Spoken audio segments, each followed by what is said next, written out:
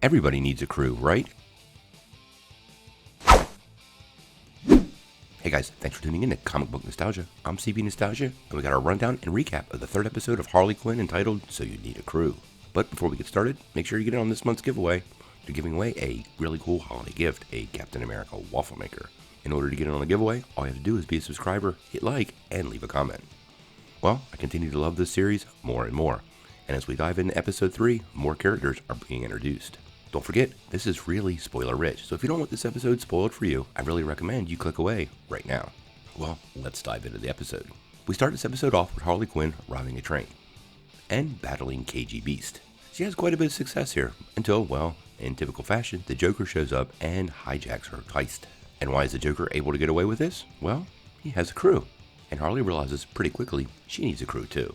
We flash back over to Ivy's apartment with Harley and Ivy talking about why Harley needs a crew. Ivy's a solo act, and she's kind of trying to convince Harley that's the best path for her. We get a really cool scene of Dr. Psycho on TV battling Wonder Woman till he throws out the big C word. Yep, even in this show, that word's beeped, and it brings the whole world to a stop. Now, if you were a supervillain and needed a crew, where would you go to find qualified help? That would be Underworld Talent Incorporated. But Harley quickly finds out that nobody is in her corner because everybody is afraid of the Joker, forcing her to regroup and recollect her thoughts. She tries recruiting a crew for herself and has no success, even though Kite Man is able to, with little or no effort. Now, Harley tries to do this recruiting at a bar, and at that same bar we actually get introduced to Dr. Psycho and Clayface. So to be a supervillain, Harley feels like she needs a proper motivation and a plan, so she heads off to see Maxie Zeus, a supervillain motivational speaker and instructor.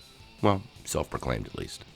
And although he puts on a really good presentation, when Harley does finally meet him, he turns out to be, well, quite the jerk. Quite the pervy jerk, actually. Setting her back to step 1. Now, in the meantime, Dr. Psycho is doing a sort of PR realignment for himself, which goes disastrously when he throws the C word out again. Also, even though Harley is really set on having a crew, Ivy is still discouraging it, and she tells her why. She tells her she should go talk to the Queen of Fables, the last female supervillain to have themselves their own crew, and how that worked out was not very good. Now, Wanda Sykes plays the Queen of Fables, and as a talking tax code book smoking a cigarette, it's a lot of fun. Once Dr. Psycho has made himself completely unemployable, Harley offers him and Clayface a chance to join her crew. Psycho reluctantly joins after being kicked out of the Legion of Doom, and Clayface is, well, overly enthusiastic for everything. And what will be their first act of evil? A little bit of revenge on that perv Maxie Zeus.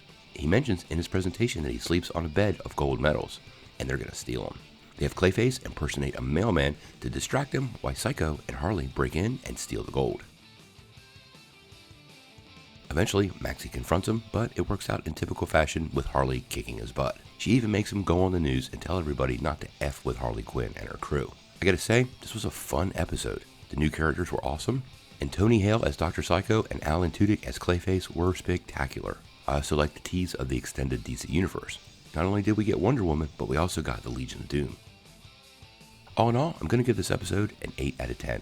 Obviously, there's a sliding scale on all this, but these shows are just a lot of fun, and the format is perfect. I also found it funny that they bleeped the C word, considering everything else they let through, just to show that Dr. Psycho takes things to a new, unacceptable level.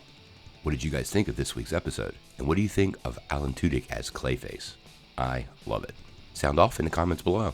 If you like this video, make sure you press like, click subscribe, and if you don't ring that bell, you won't get any updates. Peace.